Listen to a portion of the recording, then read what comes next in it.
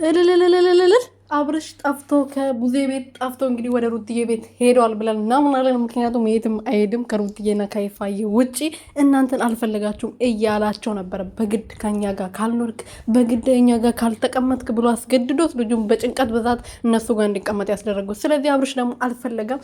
በሌሊት ከእንቅልፉ ተነስቶ ጠፍቶ ወደ ሩትዬ ሄደዋል ማለት ነው። ምን አለበት ማታ ሩትዬ ቤት ሄደው አንድ ላይ ቪዲዮ ቢሰሩ።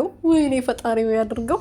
ሰላም ሰላም ቤተሰቦች እንዴት ናችሁልኝ? እኔ በጣም ደህና ነኝ። እግዚአብሔር ይመስገን። በያላችሁበት ሰላማችሁ ብዙ ትርፍርፍ ይበልልኝ። ደስ ብሎኝ ነው የመጣው ዛሬ። ደስ ብሎኛል የምር ማለት ነውና አብርሽ ጠፍቷል ከሌሊቱ ከእንቅልፉ ላይ ተነስቶ ጠፍቷል ብሎ እንግዲህ እነዚህ ጫበሪያሞች እያበዱ ነው እንግዲህ ሶስቱ አንድ ላይ ተገናኝተው ማለት ነው። እና ሄርሜላም ወደ ቤት ሄጄ ነበረ እንዴት እንደዚህ ሆነ እንደዚህ ተፈጠረ ምናምን ብላ አላለቀሰችም መሰላችሁ?